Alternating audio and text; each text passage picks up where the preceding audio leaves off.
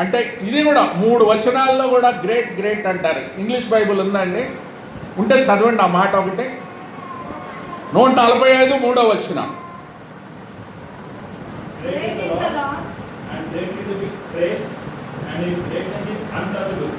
చూడండి మళ్ళీ చదువు brother. Great is lord, great is praise, great is unsearchable. అంటే ఆయన మహాత్యము గ్రహింప శక్యము కానని.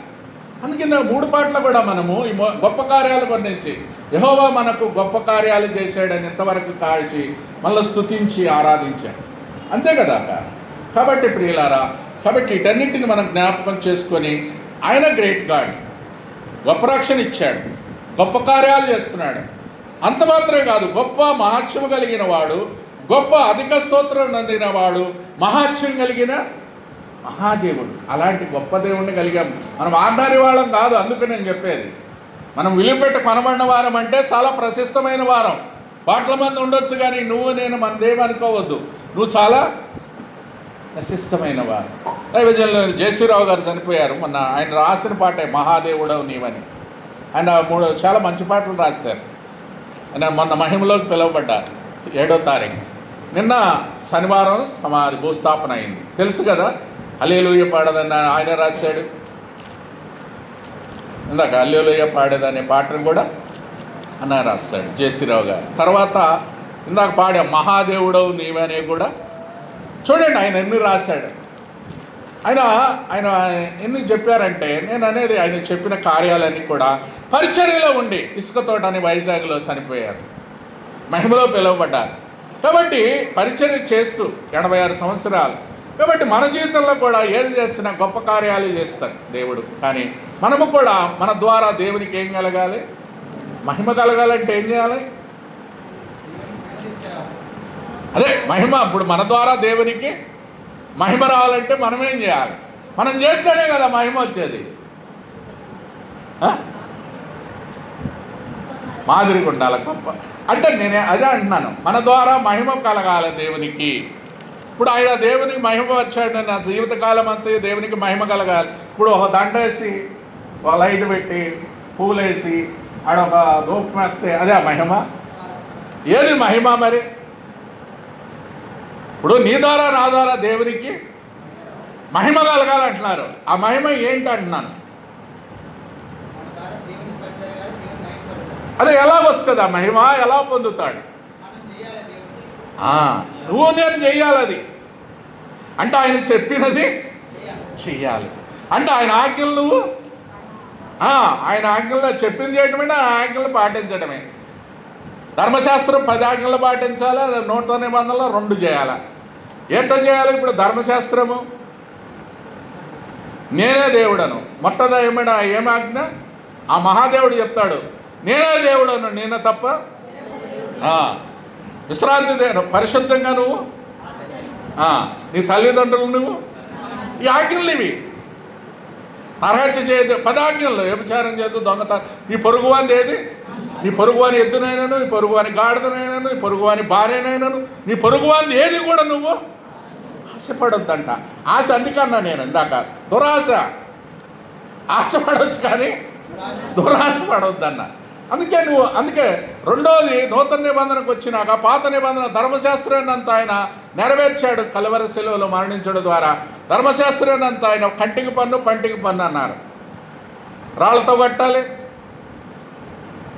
ఉరి హ్యాంగింగ్ చేయాలి, చంపేయాలి, అంతే కదా. యెహోషువ గ్రంథంలో మీరు చూడండి, ఆయన ఏం చేశాడు? ఒక బంగారు కమ్మిని దాచుకున్నాడు, శబ్దమైన దాన్ని, ఆకారం.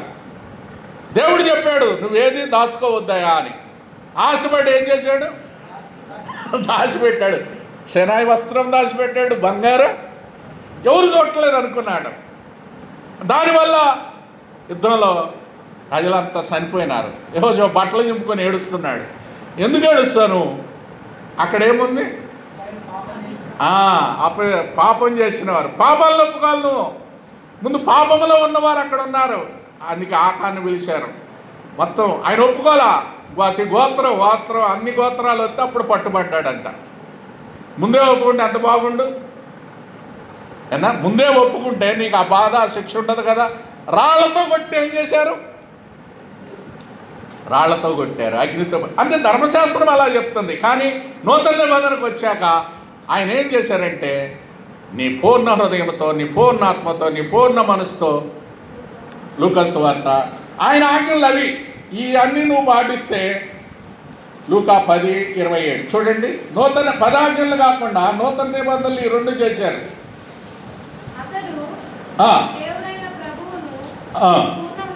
నీ పూర్ణ హృదయంతో, పూర్ణ మనసుతో, పూర్ణ శక్తితో. ఎలా ప్రేమించాలా? నీ పూర్ణ హృదయంతో నీ దేవుడైన ప్రభువును. అది పూర్ణ హృదయం అంటే పూర్ణ మనస్సు, పూర్ణ శక్తి, అన్నీ కూడా పూర్ణమే. ఒకసారి రాస్తే సరిపోదన్నా? అక్కడ ఎన్నిసార్లు రాశారు? 4 టైమ్స్ రాశారు. ఎన్నిసార్లు చెప్తావు బ్రదర్, నువ్వు చెప్పిన మాడే చెప్తున్నావు పొద్దాకంటే? అక్కడ ఎన్నిసార్లు? ఒక్కసారి రాస్తే సరిపోదా మరి పూర్ణ హృదయం అన్న?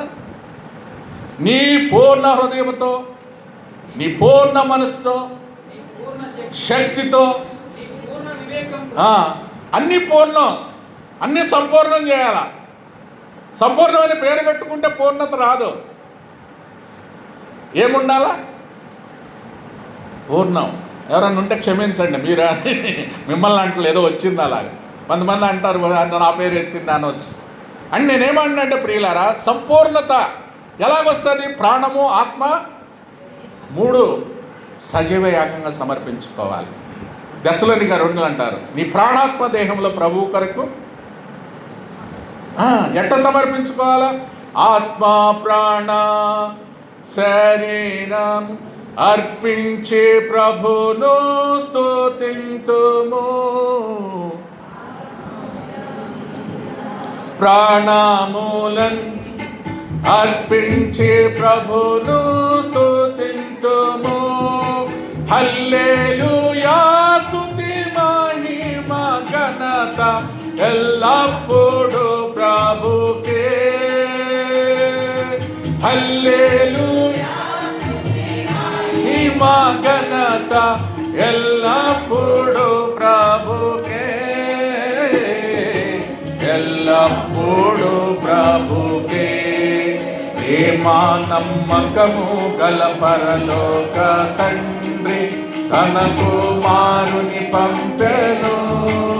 రక్తము చిందించి మా పాపము గడుగా సిలువపై అర్పించెను. సిలువపై ప్రాణాత్మదేహములుగా ఆయనకు సమర్పించుకోవాలి. ఆత్మదేహములుగా పూర్ణ హృదయముతో. దశలోనీయులకు రాసిన పత్రిక. అందుకే ప్రభువును ఆరాధించడానికంటే శరీరములో మనము పాపములో ఉన్న మొదటి దశలోనికి 5:23 సమాధానకర్తయగు దేవుడు మిమ్మును సంపూర్ణంగా పరిశుద్ధ. చూడండి, సమాధానకర్త దేవుడు, మన దేవుడు గొప్ప దేవుడు, ఆయన సమాధానకర్త. నిన్ను సంపూర్ణంగా పరిశుద్ధపరచునుగాక. ఆయన పరిశుద్ధుడు, ఆయనలో పాపమేమి. మీ ఆత్మయు, మీ జీవమును, మీ శరీరమును మన ప్రభువైన యేసుక్రీస్తు రాకడ నిందారహితముగాను. సరే, ఎట్టుండాలా? నిందారహితంగా ఉండాలి, సంపూర్ణత ఉండాలి. అదే నేను అన్నా. ఎట్లా సమర్పించాలా? సజీవ యాగంగా, ప్రాణాత్మ దేహములుగా, ఆత్మదేహం శరీరంలో 3 కూడా నువ్వు సంపూర్ణంగా ప్రభువుకి సమర్పించాలి. అది ఆరాధన అంటే. ఈ 3 సమర్పించకుండా కొంతమంది విబిఎస్లో చెప్తారు పిల్లలు, అన్న నాకు ప్రేమ ఉంది, సంతోషం ఉంది, సమాధానం ఉంది, విశ్వాసం లేదన్నా.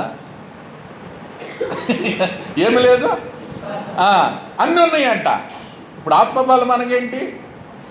ప్రేమ, సంతోషము, సమాధానం, దీర్ఘశాంతం, దయాళుత్వం, మంచితనం, విశ్వాసం, సాత్వికం. 9 ఉన్నాయి. ఈ 9లో ఒకే ఫలం ఇది. ఫలమే ఆత్మఫలం అన్నాడు, ఫ్రూట్. మరి అందులో 9లో కూడా నువ్వు ఒకటుండి అన్నీ ఎట్టలేవు, అన్నీ ఉన్నాయంట. కానీ విశ్వాసం లేదంట, దయార్థం లేదంట.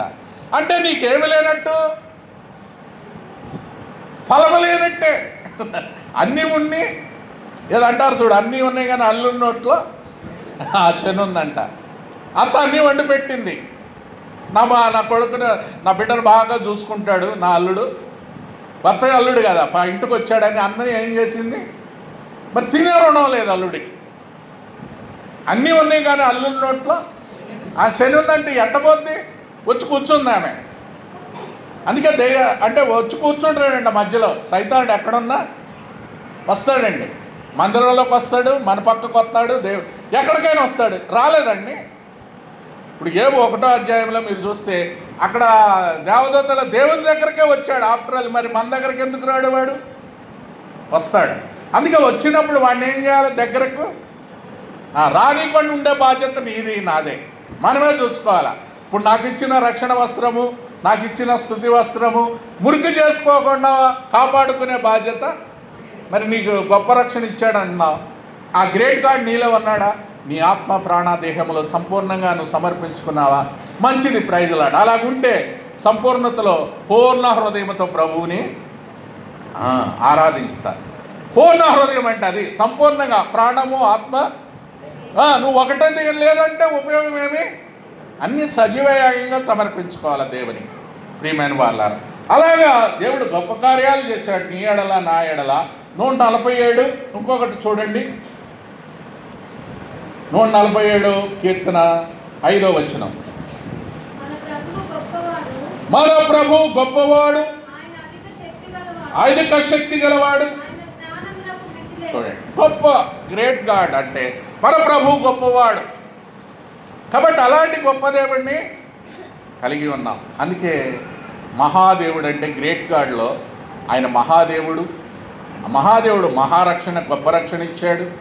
తర్వాత గొప్ప కార్యాలు చేశాడు నీ ఎడల నా ఎడల. గొప్ప దేవుడు నీలో ఉన్నాడు. గొప్ప స్తోత్రం చేయాలి ఇప్పుడు మనము. అలాంటి గొప్ప దేవుడు. అందుకే అన్నాడు ఇక్కడ 147:5లో మన ప్రభు గొప్పవాడు, ఆయన అధిక శక్తి గలవాడు. అధిక శక్తి ఉంది. ఎట్ట వస్తుంది ఆ శక్తి? అధిక శక్తి ఎట్ట వస్తుంది? 1 కొరింథీ చూడండి 1:23. ఆ శక్తిని నేను కలిగి ఉండాలా. ఈ లోకంలో శక్తి కాదు, బలము, ఇది ఎంత ఉన్నా పోయేదే. 1 కొరింథీ 1:23.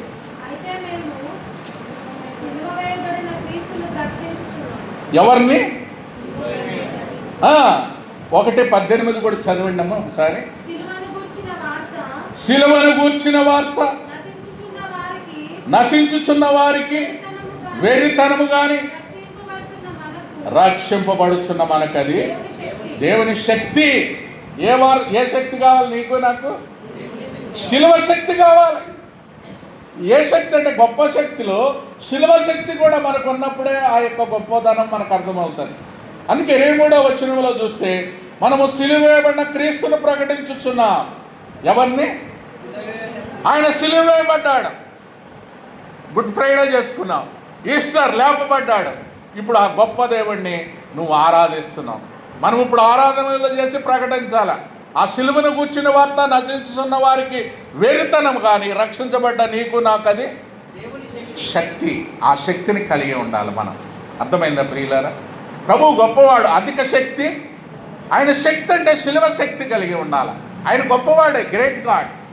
అందుకే అలాంటి గొప్ప దేవుడు నువ్వు నేను కలిగి ఉన్నాం కాబట్టి అందుకే ఆయన ఆరాధించడానికి వచ్చినాం ప్రియులారా.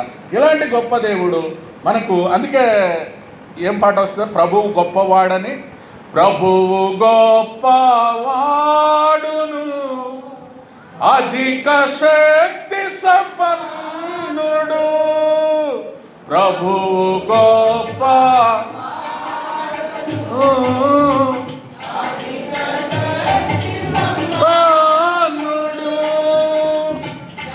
నమునకు ఆయనే మితియులేని వాడని.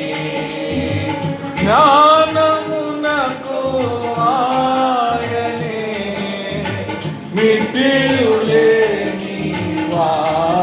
చేయుటని దేవునికి స్తోత్రము గానము చేయుటయే మంచిది దేవునికి స్తోత్రము గానము చేయుటయే.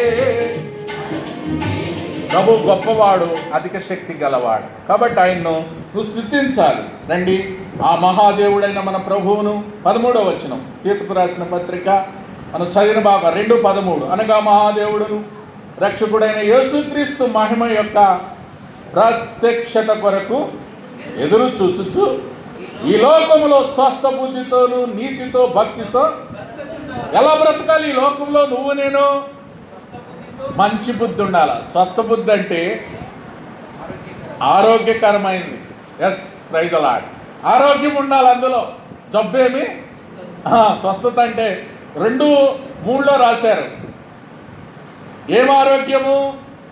లోపం ఉండకూడదంట. 2:2లో చూడండి. ఎలా అనగా వృద్ధులు, మితానుభావం గలవారును, మాన్యులను, స్వస్థ బుద్ధి గలవారును, విశ్వాస ప్రేమ సహనములందు లోపము లేని వారై.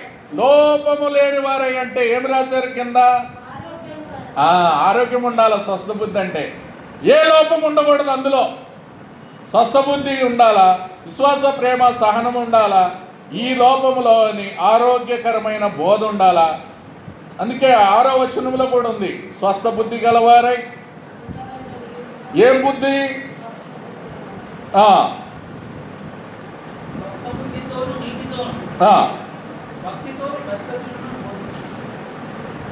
చదవండి బ్రదర్.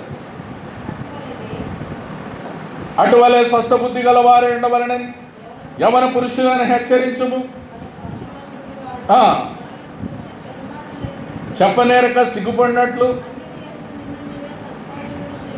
మాదిరిగా కనపరుచుకో.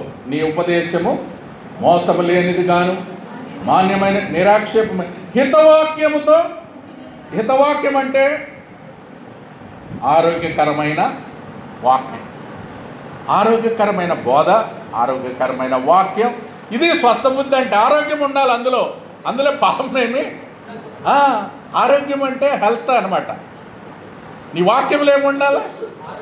నీ బోధలో హెల్త్. అది స్వస్థ బుద్ధితోనూ ఎట్ట బతకాల? స్వస్థ బుద్ధితోనూ నీతితోనూ భక్తితో బ్రతుకుచుండవాలని మనకు ఆ బోధ బోధిస్తుంది. ఆరోగ్యకరమైన బోధ ఉండాలి. ఆయన సమస్తమైన దుర్నీతి నుండి మనలను విమోచించి సత్క్రియలందు ఆసక్తి గల ప్రజలను తన కోసము పవిత్రపరుచుకొని తన సొత్తుగా చేసుకున్నటకు తను తానే మన కొరకు తను తానే అర్పించుకున్నాడు. కలువరి శిలువలో ఆయన అడ్డుకొయ్య మీద, నిలువు కొయ్య మీద అర్పించుకొని మన కొరకు తను తాను అర్పించుకొని బలిగాను అర్పణగాను అయిపోయాడు. కాబట్టి ఆయన సమస్తమైన మనలను విమోచించాడు. సత్క్రియలైన ఆసక్తి గల తన కోసం పవిత్రపరుచుకున్నాడు. కాబట్టి పవిత్రత అనేది ఆయనలో ఉన్న భాగం. అందుకే యెషయా గ్రంథం 6లో అంటాడు, పవిత్రుడు పవిత్రుడు పరిశుద్ధుడు పరిశుద్ధుడు. ఒక్కసారి చెప్తే సరిపోదన్న బరదు. ఎన్నిసార్లు అన్నారు? 3 సార్లు అన్నారు. ప్రకటన 7వ అధ్యాయంలో కూడా పరిశుద్ధుడు పరిశుద్ధుడు పరిశుద్ధుడు అంటారు. అందుకే మన దేవుణ్ణి ఆ కొలతమానంలో పరిశుద్ధ, ఆయన సమీపింపరాని తేజస్సు గలవాడు. ఆయన దగ్గరికి ఎవరు వెళ్ళలేరు ఆ పరిశుద్ధతలోకి. అందుకే ఆ పరిశుద్ధతకి మనం వెళ్ళడానికి ప్రయత్నం చేస్తున్నాం. అందరితో సమాధానముగాను పరిశుద్ధతను కలిగి ఉండుటకు ప్రయత్నం చేయాలను. ప్రయత్నం చేయాలా? ప్రయత్నం చేయకోకుండా ఏది వస్తుందా అండి? మనం చదవకుండా ఎవరు వస్తుంది? ఎక్కడి నుంచి వస్తుంది? ఈరోజు ఇంటర్మీడియట్ రిజల్ట్స్ మరి ఎంతమందికి వచ్చినాయండి? ప్రయత్నం చేస్తారు, గుడ్ రిజల్ట్స్ ఇవాళ. ఈరోజు ఇంటర్మీడియట్ రిజల్ట్స్ అన్నారు. అంటే ఎలా వస్తాయి మంచి రిజల్ట్స్? ప్రయత్నం. మీరు చదవకుండా వస్తుందా ఏమ్మా? అందుకే చదవాలి. మంచిగా చదివితే మంచి రిజల్ట్స్ వస్తాయి. అంతే కదా. పిండి కొద్దిగా మీరు రొట్టెలు ఏం చేయరా? పెద్దోళ్ళు చేస్తారేమో. పిండి కొద్దిగా ఇంకా మీకు అర్థం కాలేదేమో. ఎవరస్తులు అమ్మోళ్ళు చేస్తే తింటున్నారేమో. అంతేనా? పిండి కొద్దిగా పిండి ఎంత ఉంటే రొట్టెలు ఎంత వస్తాయి. పిండి చేస్తే రొట్టె రావడం రాదు. నువ్వు కష్టపడకుండా చదువు రావడం అంటే మంచి రిజల్ట్స్ ఎలాగొస్తాయి? అందుకే ప్రియమైన వాళ్ళ మన జీవితంలో తన కొరకు సజీవయాగంగా చూసుకుని రూపాంతరంగా ఇలాంటి గొప్ప కార్యాలు చేశాడు మన దేవుడు. తను తాను పవిత్రపరుచుకున్నాడు. కాబట్టి వీటన్నిటిని మనం జ్ఞాపకం చేసుకోవాలి. మనల్ని విమోచించాడు. 1 పేతురు 1:18 ప్రకారం పితృపార్యమైన ఆశ్చర్యం కాదు కానీ అమూల్యమైన రక్తం, గొర్రెపిల్ల క్రీస్తు రక్తం, ఆ రక్తంతో నిన్ను నన్ను విమోచించి కొనుక్కున్నాడు. అందుకు ప్రభువుని ఆరాధించాలి. ప్రభువు నన్ను విమోచించావు, నీ ప్రేమ అంటే కలువరి ప్రేమ ద్వారా నీ అమూల్యమైన రక్తం చేత నన్ను విమోచించి నువ్వు కొనుక్కున్నందుకు నీ స్తోత్రాలు. నీ కృప ద్వారా నేను శిక్షకు పాత్రుడను, శిక్ష తప్పించినావు, నరకం తప్పించినావు, నన్ను శిక్షించలా నీ ప్రేమ, నీ కలువరి ప్రేమ కొరకు నీకు స్తోత్రాలు. వీటన్నిటినీ గొప్ప రక్షణ ఇచ్చావు, గొప్ప కార్యాలు నా జీవితంలో చేసావు, గొప్ప మహాత్యం కలిగిన దేవుడవు. నువ్వు గొప్ప సిలువను కూర్చున్న వార్త రక్త అంటే చూడండి, ఆ శక్తిని నాకు ఇచ్చావు. సిలువ శక్తి అన్నిటికంటే ప్రాముఖ్యమైందండి. ఆ సిలువ లేనిది యేసుప్రభువు లేడు. అందుకే అలాంటి గొప్ప కార్యాలు చేసిన పునరుద్ధానుడై నీ కొరకు నా కొరకు చనిపోయి సమాజం తిరిగి లేచాడు. మరణాన్ని జయించి తిరిగి లేచిన యేసుప్రభువుని మనం ఆరాధిస్తున్నాం.